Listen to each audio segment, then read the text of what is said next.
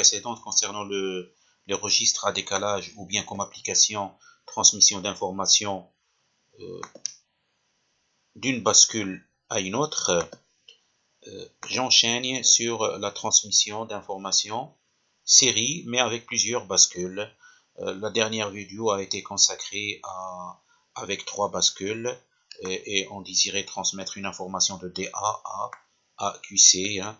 Je vous rappelle qu'il va falloir laisser passer 3 impulsions d'horloge par montant pour que 1 placé en DA arrive à QC. Bon, bien sûr, on peut imaginer qu'on a plusieurs bascules montées en série, hein,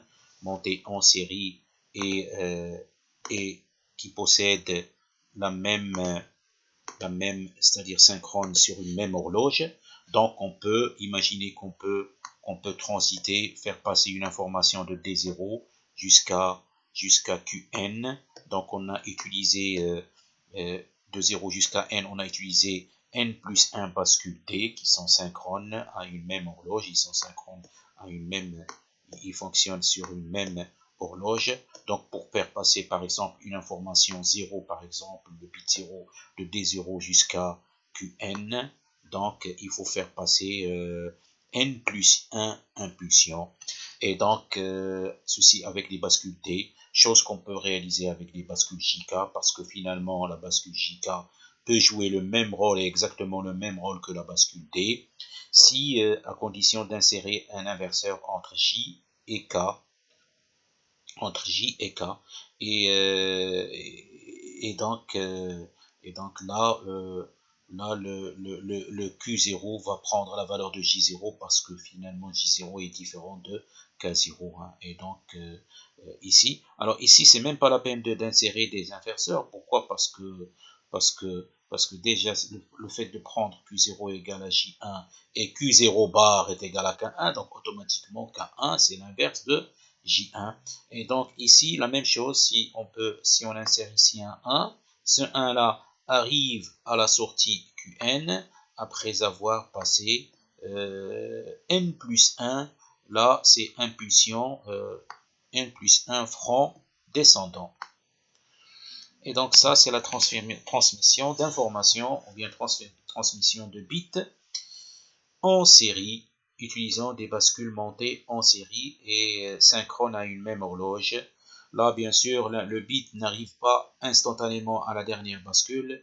Imaginez que chaque bascule possède un temps de réponse ou bien une impulsion d'horloge ici. Si par exemple on prend une impulsion d'horloge qui dure par exemple 1 microseconde, donc pour que ce bit arrive à la dernière bascule, il va falloir attendre n plus 1 microseconde. Si n est égal à 7 ou 8, donc on va attendre jusqu'à 8 ou 9 microsecondes.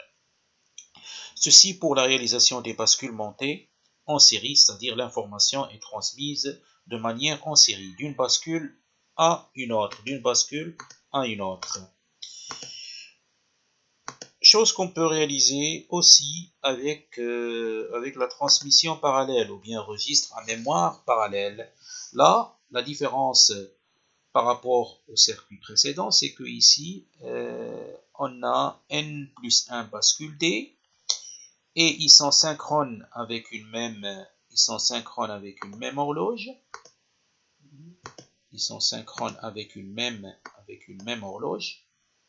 Là, pour changer un petit peu, j'ai pris le franc descendant de l'horloge. Mais la différence, c'est que ici, on transmet des informations de manière parallèle et en même temps. C'est-à-dire un franc descendant de l'horloge, ce franc descendant de l'horloge qui arrive ici, il alimente toutes les bascules, hein, parce qu'ils sont synchrones. Donc à ce franc descendant de l'horloge, ce A0 qui était là, il va arriver à Q0. La même chose pour A1, il va arriver à Q1, et ceci jusqu'à Qn qui arrive à Qn. Donc on a transmis en parallèle et à une première impulsion d'horloge, toutes les bits qui sont là, ils vont arriver aux sorties Q0 jusqu'à Qn. Donc, autrement dit, les bits, ils arrivent ici sur les AI. Si on veut les récupérer sur les QI, il faut laisser passer une impulsion d'horloge, un frein descendant de l'horloge, tout simplement. Et ça, c'est vite, hein, c'est instantané par rapport à la transmission série. Exactement, ce circuit joue exactement le même rôle que le précédent, sauf que ici on utilise des bascules JK et la bascule D va jouer exactement le même rôle que la bascule D. La bascule JK joue ici le même rôle que la bascule D, c'est-à-dire QI recopie l'information prise sur JI, et bien sûr, remarquez qu'on a inséré à chaque fois des inverseurs pour éviter les autres combinaisons, J égale K égale 1 qui ne nous intéresse pas, J égale 0 égale K qui ne nous intéresse pas également. Bon, voilà pour les registres à mémoire. Je vous remercie.